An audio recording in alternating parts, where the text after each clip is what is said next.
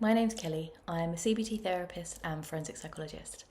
Today we're going to delve into the world of cognitive fusion. So this is a central idea from acceptance and commitment therapy, otherwise known as ACT.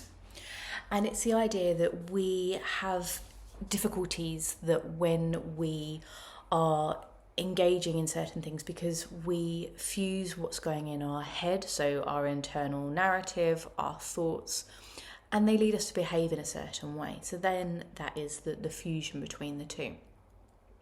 And sometimes we can really get quite hooked in our thoughts and they can become quite entangled in our reality. And we buy into our thoughts, kind of thinking that what our thoughts are true and holding on tightly to those thoughts and sometimes dwelling on them and really getting quite bogged down in them. But the fundamental thing with when we're looking at cognitive fusion is that we can do something called cognitive defusion, which is literally to undo the fusion, to allow us to be able to step back from our thoughts, to see them literally as just words in our mind just floating around, and being able to look at our thoughts and just observe them rather than becoming too entangled into this web of our thoughts. And that's really one of the keys that we can work with, is to take that step back. So there are many ways that you can do this. A great way, instead of getting bogged down what's going on in our head, saying to yourself, I'm having the thought that ... So instead of you kind of thinking that I'm ugly, I'm unlovable, I'm worthless, I'm having the thought that I'm ugly. I'm having the thought that I'm unlovable. I'm having the thought that I'm worthless. And what this does with that fusion is to create that defusion. So it creates that disconnect between the two.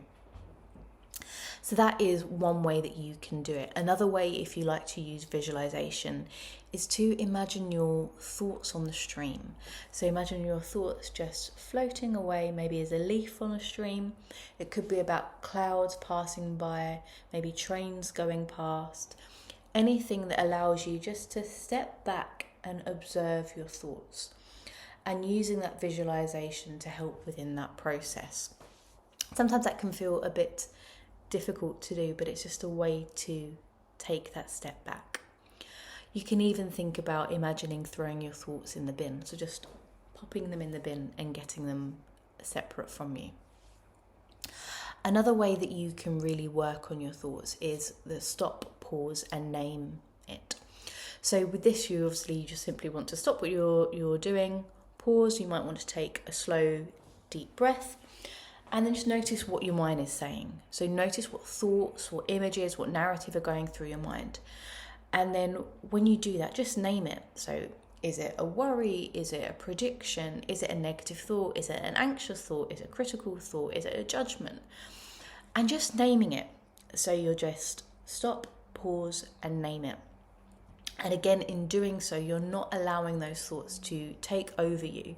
You're being able to take that step back and being able to see the thoughts kind of for what they are, either kind of a worry or a critical thought. You may want to, again, to use your imagination. So imagining that your thoughts are almost like pop-ups on the internet. So they pop up, click, get rid of them. Pop up, click, get rid of them. So just imagining that they're some sort of advert or banners.